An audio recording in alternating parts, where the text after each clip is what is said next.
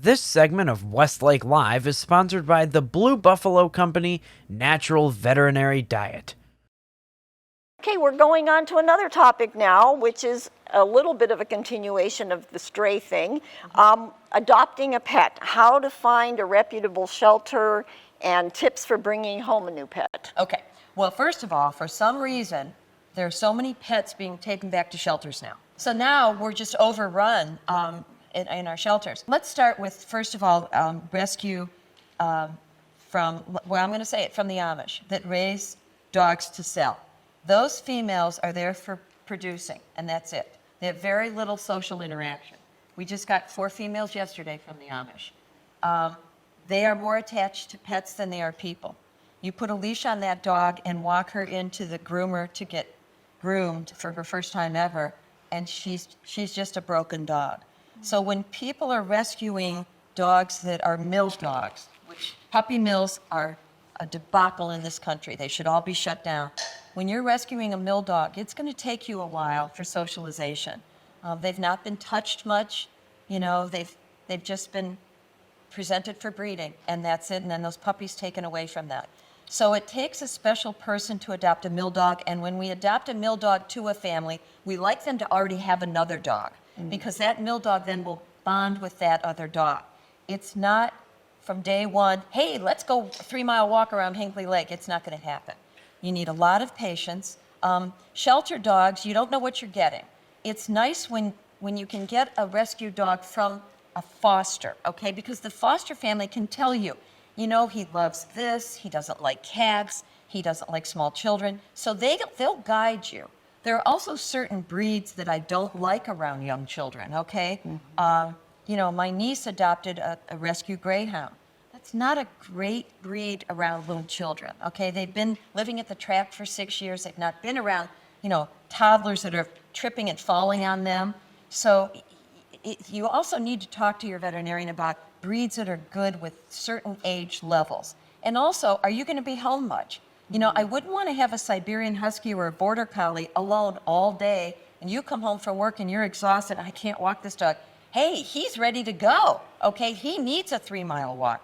So personally, I adopt older dogs. My husband and I are up there, okay? I don't know that I can be around a dog that has all this energy. I like rescuing an older dog. They sleep a lot. And nobody wants to adopt an older dog. That's all right? true. I love it. I love them living out their senior years in all the glory that I can give it. So it's nice for a young family to have a puppy because there's a lot of energy there. So just think about that. You know, I have a lot of elderly clients. I've seen their 3rd-generation dog, okay? Now the human clients are limping a little bit when they come in, and now they come in with an 8-week-old yellow lab that's all over the place.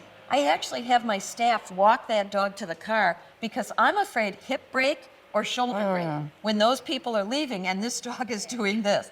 So even though we like to not think of ourselves as getting older, let me tell you, when you're in your 60s or 70s and that pup is like a year, it's tough.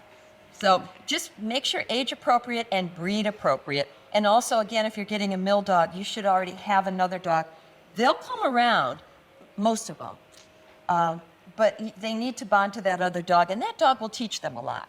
Okay, what if you're a low-income person, whether you're a low-income senior or just a family that maybe doesn't have the money to either get your dog spayed or neutered or just the regular care and exams that you suggest? Yeah. Are there places they can go to get help? Yes, the APL has a wonderful source on their website. I believe it's under community of several places, low-cost spay and neuter. And here's the other thing, why spay and neuter? Let's talk spay first. If you don't spay a female, when they come into heat, which is estrus, which is their period, that uterus keeps producing cells, and if a little bacteria gets into there, they get something called a pyometra. Pyo is pus, metra is uterus. And what happens is, the uterus is shaped like this.